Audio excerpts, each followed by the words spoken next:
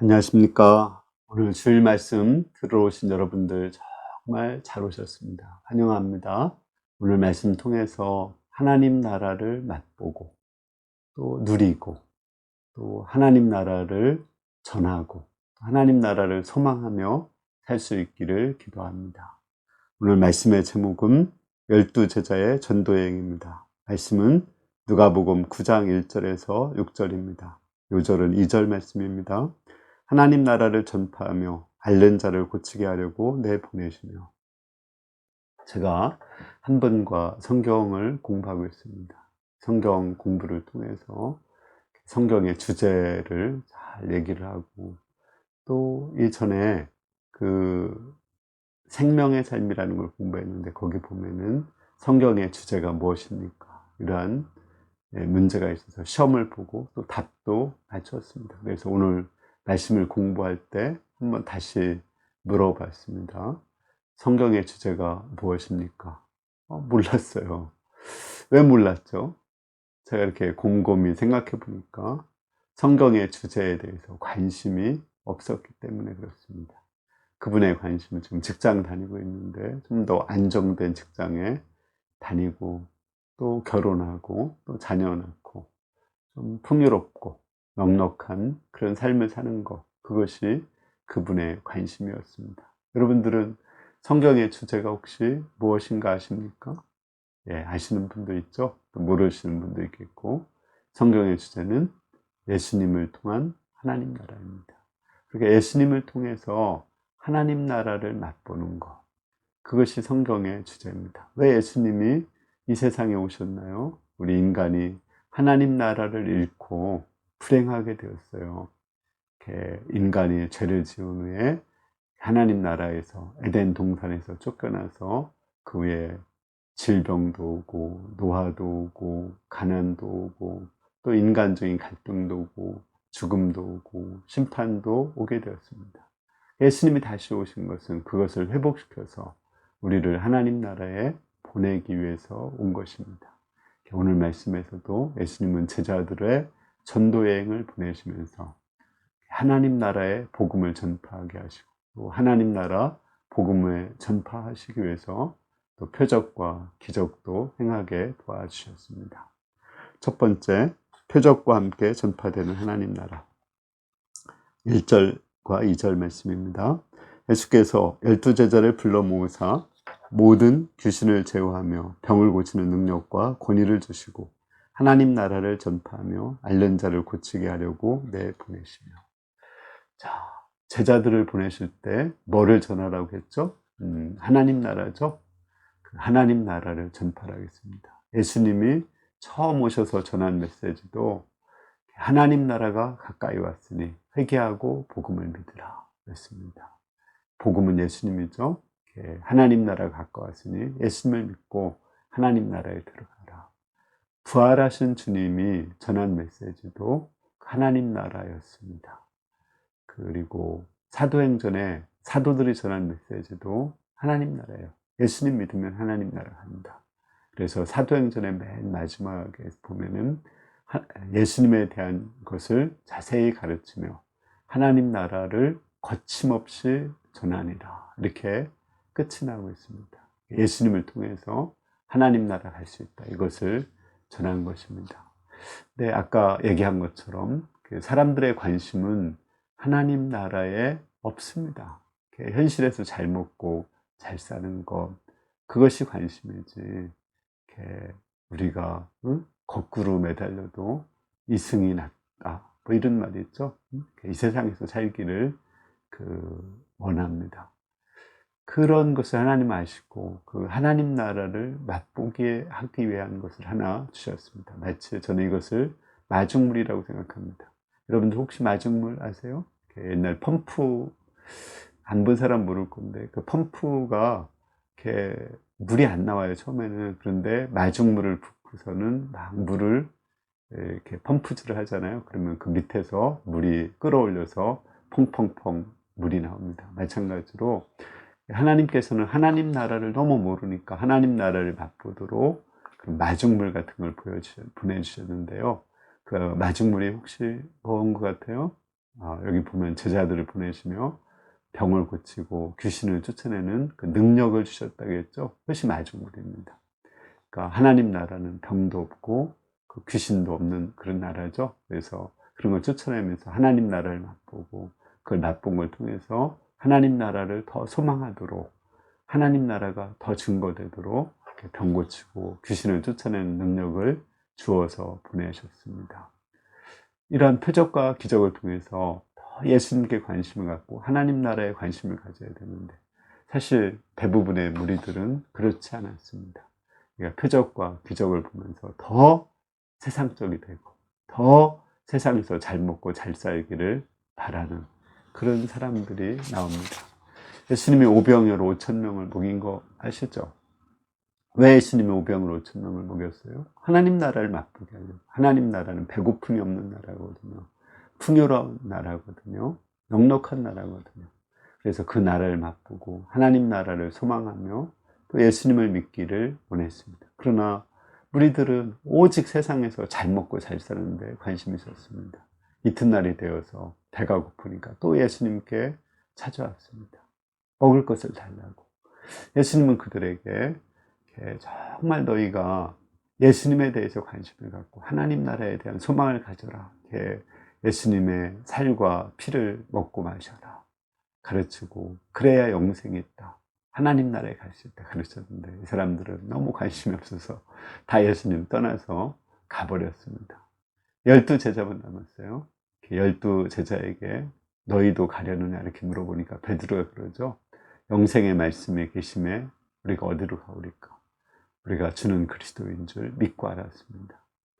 그들은 그 표적을 통해서 예수님께 관심을 갖고 영생, 하나님 나라에 관심을 갖고 남는 자가 될 수가 있었습니다. 그러면 그들이 계속해서 또 하나님 나라를 추구했을까요? 아닙니다.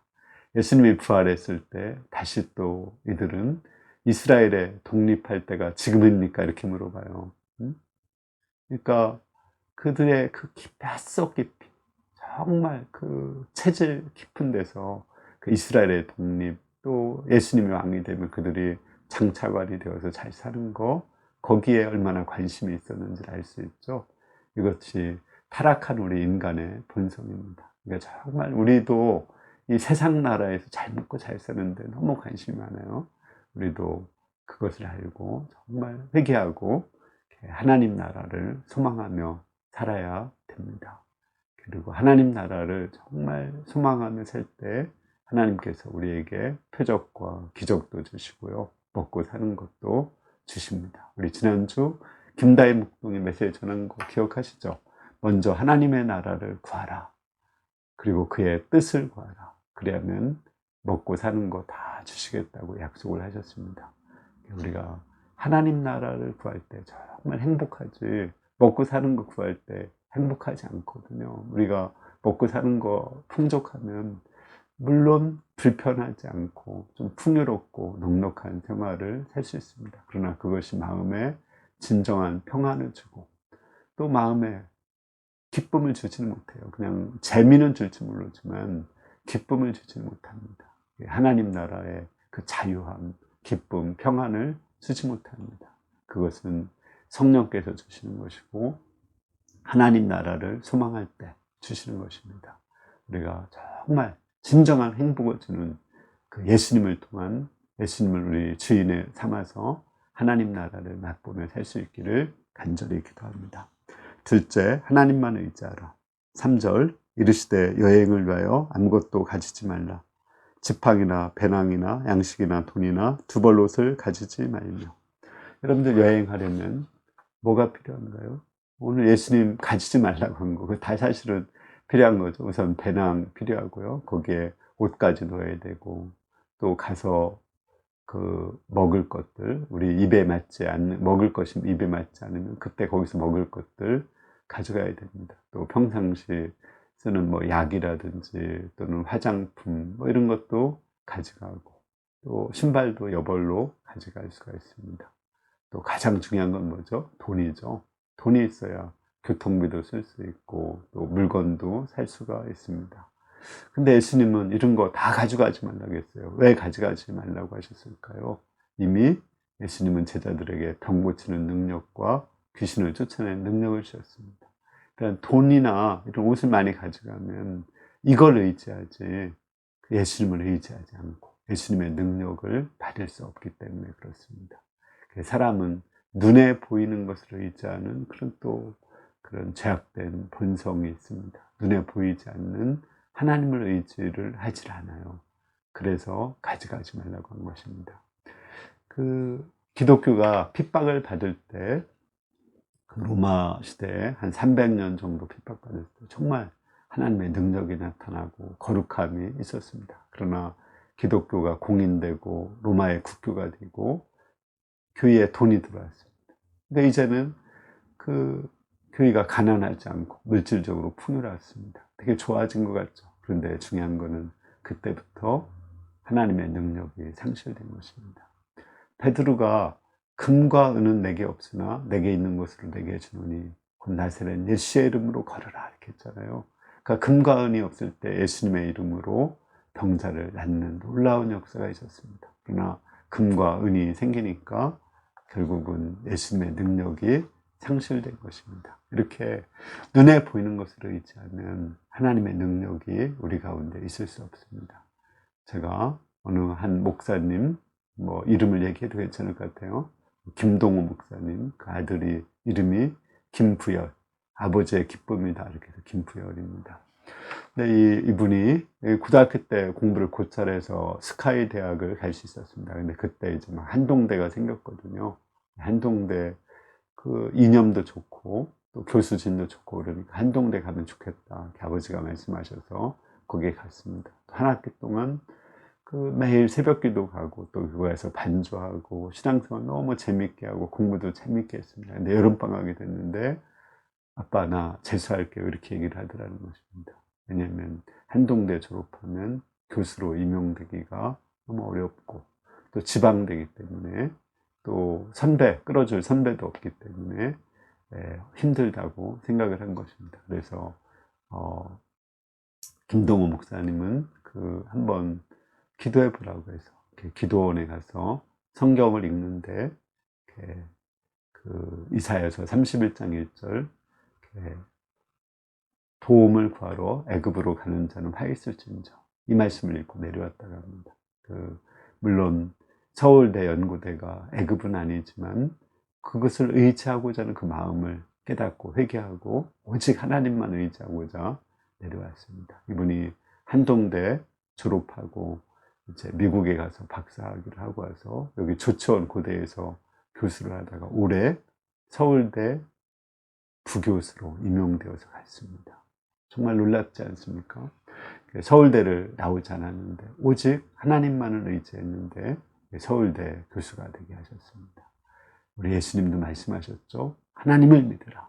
이 산더러 들려 바다에 던지라며 말하는 것이 이룰 줄 믿고 마음에 의심치 않으면 그대로 된다고 했습니다. 하나님을 믿으라 이 말은 사람을 믿지 마라. 돈을 믿지 마라. 너를 믿지 마라.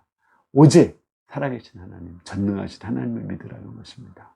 그러면 하나님께서 우리에게도 이러한 하나님의 능력이 나타나고 표적과 기적이 나타나고 산이 옮겨지는 그런 불가능한 일이 이루어질 것을 믿습니다. 셋째, 영접하는 가정을 통해서 물질 문제를 해결하라. 4절입니다. 어느 집에 들어가든지 거기서 머물다가 거기서 떠나라. 예수님이 물질을 가지고 가지 말라고 한 또 한 가지 이유가 있습니다. 그들이 영접하는 집이 있습니다. 그러면 그 집에서 의식주 문제를 해결하라는 것입니다. 그러니까 그 양들 또는 제자들을 통해서 도움을 받고 의식주 문제를 해결하라는 것입니다. 이건 좀 다른 사람의 도움을 받으니까 약간 자존심이 상하는 것처럼 보일 수도 있죠. 그런데 여기에도 하나님의 지혜가 있습니다.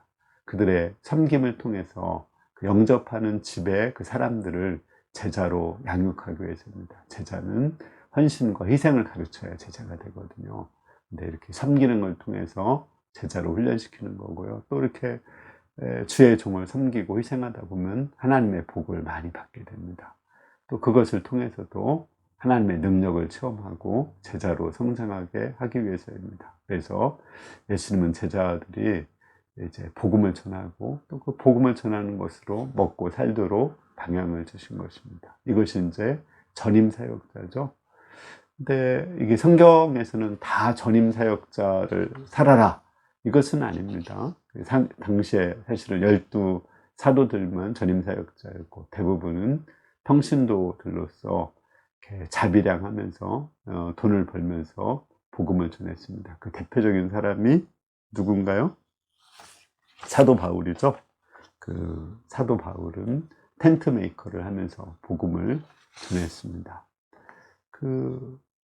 왜냐하면 이게 또 전임 사역자의 또 문제도 있어요. 이렇게 열심히 복음을 전하다 보면 먹고 사는 걸 책임져 주는데 그 먹고 살기 위해서 더 돈을 많이 벌기 위해서 열심히 복음을 전하는, 그러니까 교회가 사업화되는 이런 문제가 있습니다. 순수성이 없어지는 거죠. 그래서 또 평신도는 되게 순수하게 복음을 전할 수가 있기 때문에 좋은 것입니다. 근데 또 평신도도 사실은 또 문제가 있습니다. 시간이 많지 않으니까 말씀 연구하고 기도할 시간이 그렇게 많지 않습니다. 그런 또 문제가 있어요. 하여간 여기서 평신도로 사느냐 전임 사역자로 사느냐 이건 중요한 건 아니고요. 열심히 복음을 전하면 하나님이 먹을 것을 책임져 주신다. 이것을 믿는 것, 이것이 중요한 것입니다. 또 제자들에게 섬김과 헌신과 희생을 가르치라는 것입니다. 그래야 제자들로 성장할 수가 있기 때문에 그렇습니다. 여러분들도 잘 알다시피 저는 23년 동안 평신도 목회자로 살았습니다. 제가 왜 평신도 목회자로 살았냐면 우리 형들이 교회도 다 사업이다, 돈 벌려고 하는 것이다, 맨날 이런 얘기를 해서 제가 그 말 듣기 싫어서 나는 일을 하면서 복음을 전하고 싶다 이런 생각이 있었는데 사도 바울을 보니까 정말 그렇거든요. 그래서 제가 평신도로 했고 정말 하나님은 저의 평신도 목회 생활을 너무 축복하셔서 직장도 축복하시고 교회도 많이 하나님께서 축복하여 주셨습니다. 그러나 이제 또 하나님의 은혜로 제가 전임 사역자로 되어서 지금 13년째 하고 있죠. 또 전임 사역자는 또 너무 좋아요.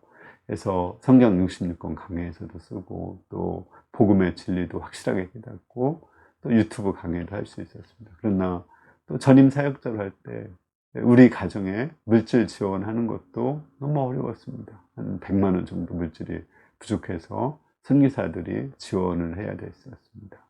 그러나 지금은 또 한 13년 전임 사역자로 했는데 하나님이 풍성하게 하셔서 또 물질이 넘치도록 하나님이 축복해 주셨습니다.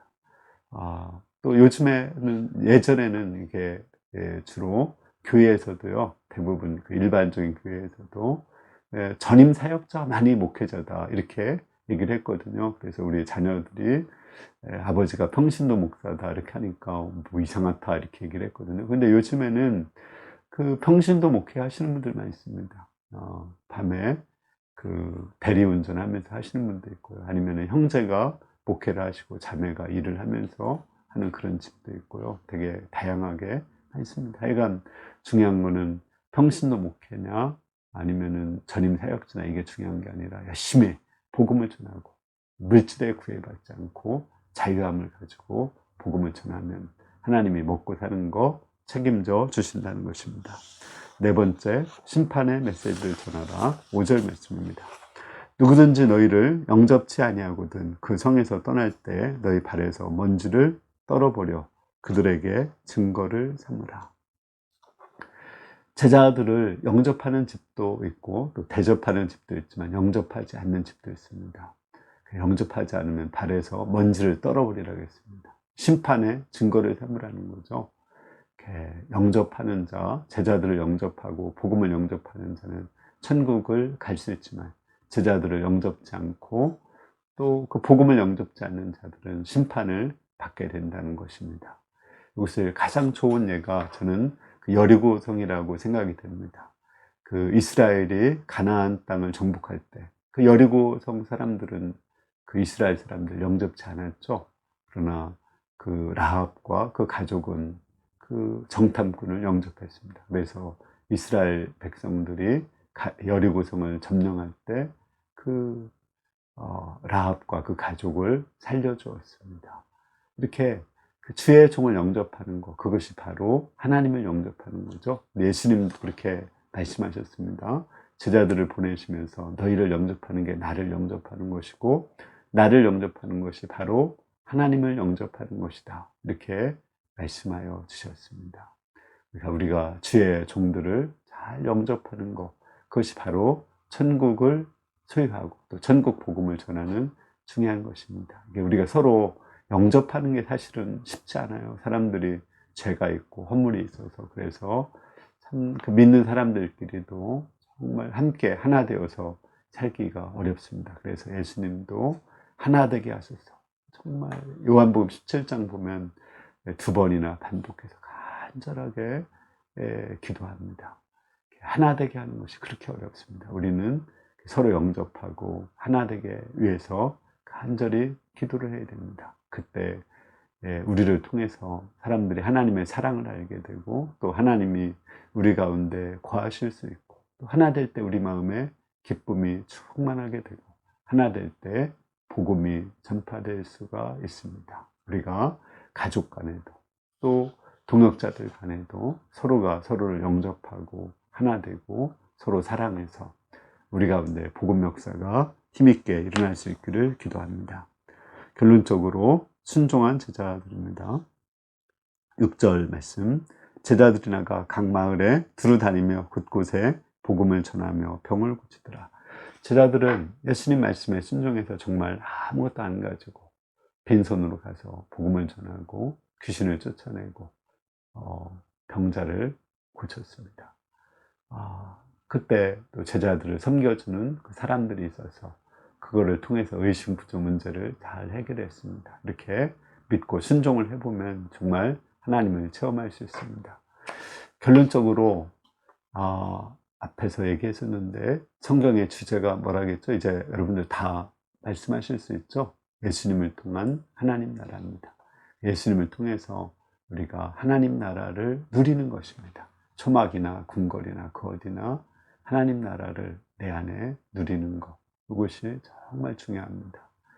성령이 내 안에 주인이 되셔서 마음의 평화, 기쁨, 자유함을 누리는 삶을 살아야 됩니다. 그리고 그 하나님 나라가 완전하게 이루어지는 영원한 하나님 나라, 새하늘과 새 땅, 그 나라를 소망하면서 우리가 살아야 됩니다.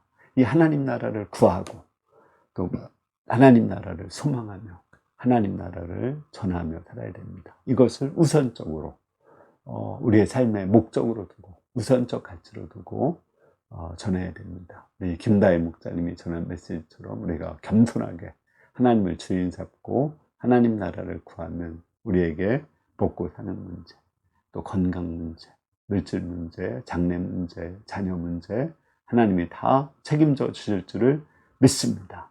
그리고 또 우리에게 여러 표적을 보여주셔서 더 하나님 나라를 확실하게 증거하게 하실 줄을 믿습니다. 제가 기도하고 마치겠습니다. 은혜로우신 주님, 우리 예수님을 통해서 하나님 나라의 복음을 전하게 하셔서 감사합니다. 우리가 예수님을 내 마음의 주인 삼고 하나님 나라를 누리고 또 하나님 나라를 체험하고 하나님 나라를 소망하고 하나님 나라를 추구하며 하나님 나라를 전하며 살 수 있기를 기도합니다. 우리 가운데 여러 표적과 기적으로 또 우리의 먹고 사는 문제, 건강 문제 책임져 주셔서 더 우리가 힘써서 하나님 나라를 소망하며 살게 도와주시기를 기도합니다. 감사하고 예수님의 이름으로 기도했습니다. 여러분들 오늘 주일 말씀 끝까지 잘 시청해 주셔서 감사합니다. 한 주간 우리 하나님 나라를 구하며 또 여러분들의 삶에 하나님이 함께 하셔서 여러 표적과 기적으로 동행하여 주시기를 기도합니다. 감사합니다.